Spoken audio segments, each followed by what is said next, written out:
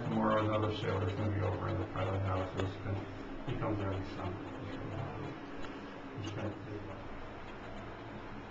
They almost made it. The guy was there. Yeah. Of course, in the early days, you had whale oil lanterns basically using it, and they're very inefficient. They put out about 10% of the light. Somebody got the bright idea of putting a reflector behind it, and they doubled its efficiency to 20%. And then in 1822, the Frenchman Fresnel designed lenses like this that were prismatic and would concentrate and focus the beam center and send it out. And considered one of the great leaps in illumination technology, because it only loses 17% of its light, so 83% of light gets reflected out. Where we stand here is 21 miles to the horizon, and you can see it out on the horizon. At that time, using whale oil, and then later start using kerosene. Before electricity, all of them were rotating lenses, and they used mechanical mechanisms. So there's an example of one on the second floor, first row to the front, look on this wall, looks like a clock mechanism. This weight used to go down through here, over the pulley, down on the inside of the wall. Matter of fact, on the way down, you'd be able to see a hole there where the wires that were run up to the camera and electricity, but that's where it ran. It had a 2.5-hour period that it took to go from the top to the bottom as it turned the gears and spinning around. So every 2.5 hours, somebody had to come up here and crank it back up. And of course, in the days of oil and kerosene, you have to keep going back up and down to make sure you have the fuel going.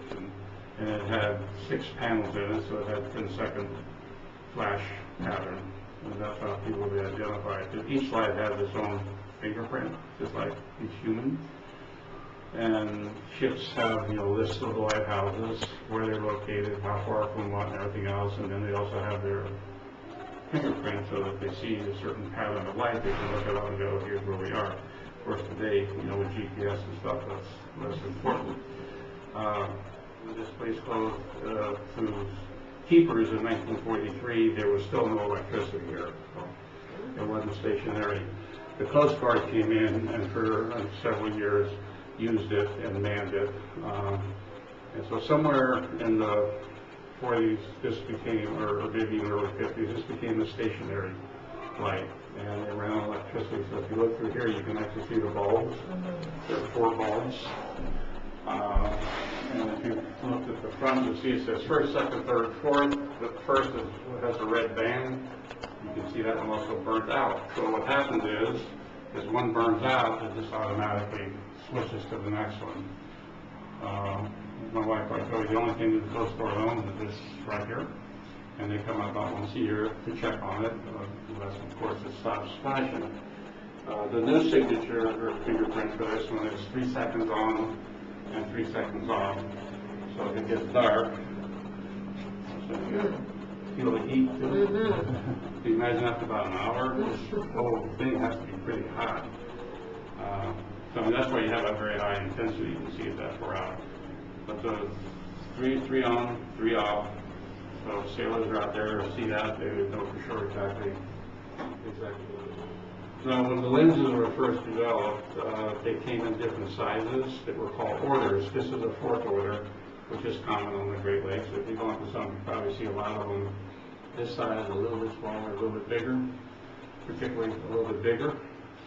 First order is about 12 feet tall, and they're mostly on the ocean ports. If you haven't walked yet, it says 150 feet of the 216 feet size along the beach. That way? Yeah. So when you come out, you go right down that trail here. Oh, okay. So you can go right out the, what do you call it, the front door.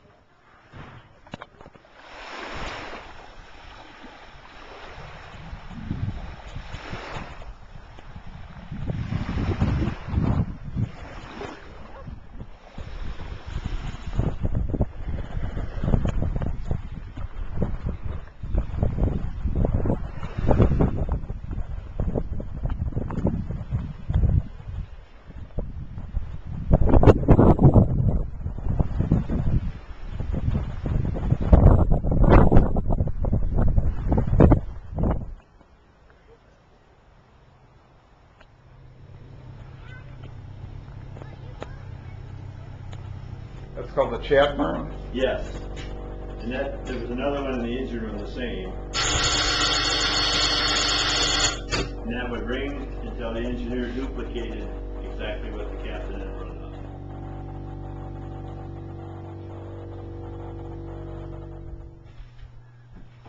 Where's that boat heading? Well, that's a U.S. Steel ship. Is it? Mm-hmm.